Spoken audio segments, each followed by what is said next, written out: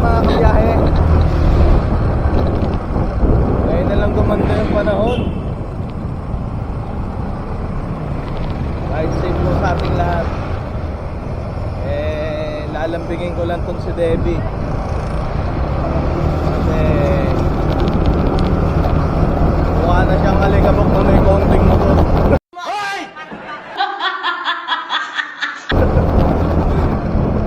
Nagpapa-wash lang tayo ng motor mga kabiyahe. Tinatamad ako magpupustos ng mga singit-singit eh. Ito, dito tayo sa Carwash.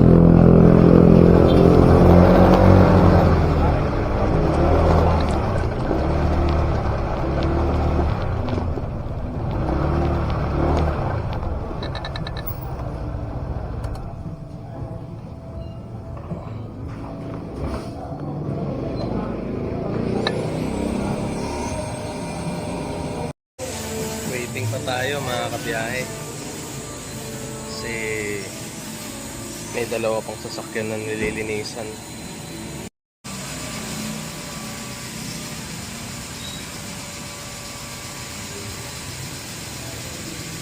Ganda ng panahon. At ayun na mga kabiyahe, nampisa na si Debbie.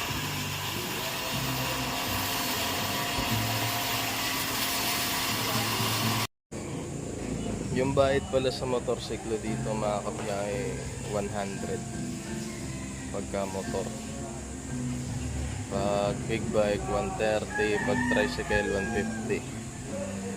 Ganun. Tapos iba rin yung price ng mga sasakyan. Iba sa sedan, iba sa SUV, iba sa pick up.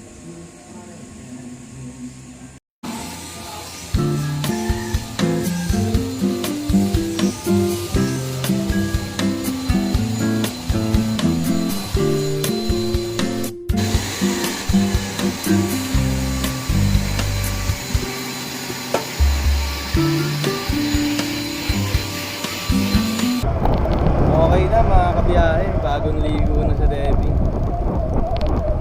Poging-pogi na si Debbie mga kabiyahe. Ayun yung mga bagay na simpleng paglalambing mo lang sa motorsiklo o kung ano man tawag niyo. Ako, tinuturing ko itong partner ko sa buhay. Kasi ito lang ang kaagaw ni Commander sa akin. Di totoo yan. Bola lang yan. Itong motor lang ang kaagaw niya sa akin. Kaya sa bawat biyahe ko rin, lagi rin siyang nakasama. Hindi rin ako makabiyahe nang hindi kasama yung asawa ko. Ang galing! Ang galing!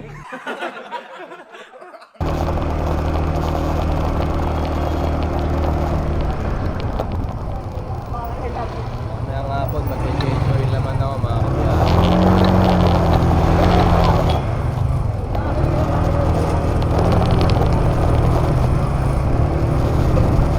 Nandito na lang mga kabiyahe.